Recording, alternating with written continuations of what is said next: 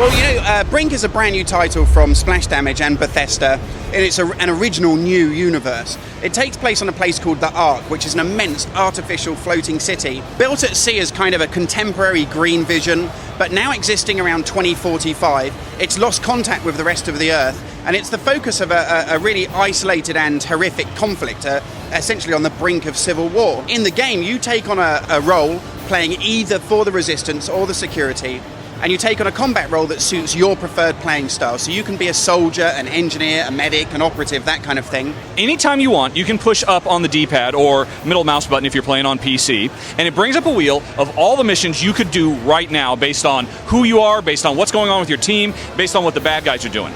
So the game essentially pre-sorts the things that you should probably do and puts them all in a menu that's easy to select from, right? Incredibly fast too. There's no having to bring up a menu and then a sub menu and then go down 3. It's just all very, very instant, as fast as you want it. And it can be even faster. If you don't even want to bring up the menu and have to actually make the choice between the 5 or 6 things, you can just tap the button instead of hold it, and that will be you saying to the game, just tell me what to do. I don't know, just tell me what to do. You're showing us the character creator, and it's a lot of really buff dudes. They're really ripped. They got like a million muscles on them, muscles that I don't know if they actually exist in real life.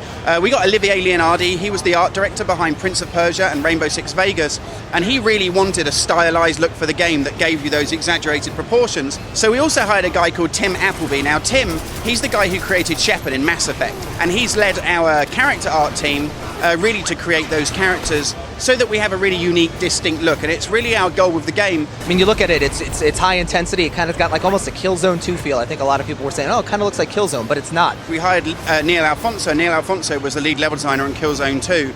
So I suppose part of our inspiration comes from, other good-looking games. There's some really interesting stuff we're doing above and beyond the normal stuff you've seen in, pretty much all the other console shooters out there. Is just to give players an experience where they have the freedom to choose what it is that they want to do, how they want to play.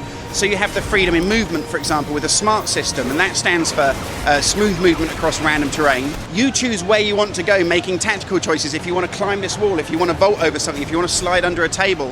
When the enemy is actually somewhere behind you, as you're turning, we will actually speed you up just a little bit. So it kind of feels a little bit more like a mouse where, okay, there it is. For us, we just want to make Brink the best game it possibly can be.